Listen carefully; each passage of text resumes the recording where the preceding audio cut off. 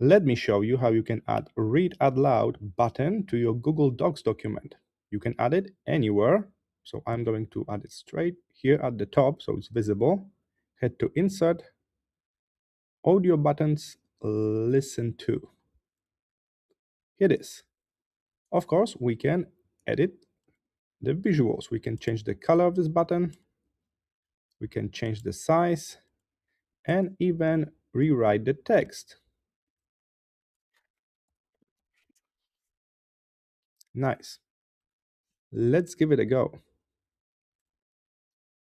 The story of the kite maker. The old man's hands, gnarled and stained with the colors of 1,000 sunsets, moved with the patient grace of a spider spinning its web. It may take a He moment worked to alone load, in the and then dusty you will see courtyard, how the long bamboo the audio splints is. bending under his thumb, the While the rice audio maker is whispering playing, secrets as you he can stretched it across modify the some fragile settings. frame. Like you can The air change the smelled of voice, glue and jasmine from the vine that crept over the wall.